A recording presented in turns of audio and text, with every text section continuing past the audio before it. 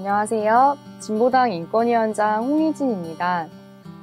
지난번 영상에서는 혐오 표현에 맞서기 위한 대항 표현에 대해서 알아보았는데요. 오늘은 이어서 대항 표현을 위한 조건, 유의해야 할 점에 대해 알아보고자 합니다. 대항 표현은 혐오 표현에 대해서 반박하고 사실관계를 입증하고 혐오의 대상이 된 소수자들에게 연대하는 모든 표현이라고 지난 영상에서 말씀드렸는데요.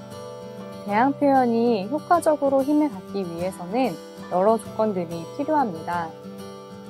먼저 혐오와 차별의 의미에 대한 충분한 논의가 필요한데요.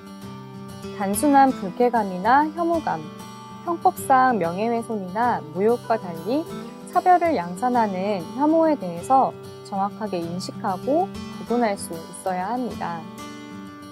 또한 소수자들의 의견, 대항 표현이 발화될 수 있는 사회적 구조를 갖추는 것 또한 중요합니다. 이 과정에서 국가와 지자체는 차별적 구조를 바꾸고 소수자들이 말할 수 있는 구조를 만들기 위해서 혐오 표현에 대한 연구, 정책 개발 및 지원, 국가 차원에서의 대항 표현, 차별적 구조를 없애기 위한 제도적 개선 등 다양한 개입 방법을 선택할 수 있어야 합니다.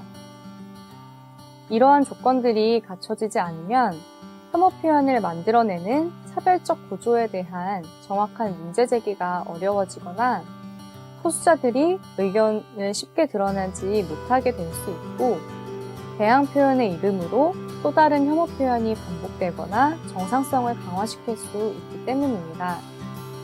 대항 표현에 있어 유의해야 할 점은 앞서 말씀드린 대항 표현을 위한 조건과도 이어지는데요. 무엇이 혐오 표현인지 또 차별인지에 대한 충분한 논의가 이어지지 않는다면 사회 경제적 기득권이나 부패한 정치인들을 비난하는 와중에 장애인, 여성, 성소수자 혐오 표현을 하는 것이 반복될 수 있기 때문입니다. 이런 경우 비난의 대상이 기득권을 갖고 있을 수 있지만 여전히 사회적 약자로서 욕설과 차별, 그리고 희롱을 경험하는 대상이 되기 때문에 문제가 있을 수 있습니다. 또한 기존의 차별과 혐오를 재생산하는 방식이기 때문에 대항 표현으로서의 의미가 사라지게 됩니다. 혐오 표현에 대해 대항 표현을 하는 것이 아니라 혐오에 혐오로 맞서는 상황이 되는 것이죠.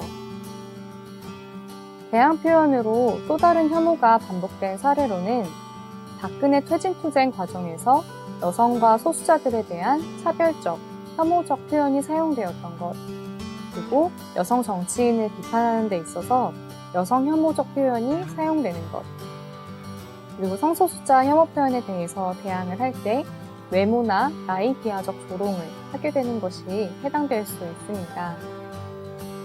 또한 정상성을 강화시키는 사례로는 난민 이슈에 대해서 이야기할 때 아인슈타인이나 쇼팽, 잡스도 난민이었다 라는 식으로 소위 훌륭한 난민이라는 정상성을 강화시키는 것, 그리고 낙태죄 폐지에 대해서 히틀러를 낙태했다면 유대인 학살을 막을 수 있었다 라는 식으로 임신 중단에 대해서 우생학적 정상성을 강화시키는 것이 해당될 수 있습니다. 오늘은 이렇게 대항 표현을 위한 조건, 또 유의해야 할 점에 대해서 알아보았는데요. 다음 시간에는 우리의 일상 속 혐오 표현을 알아보는 영상으로 다시 찾아오겠습니다. 시청해주셔서 고맙습니다.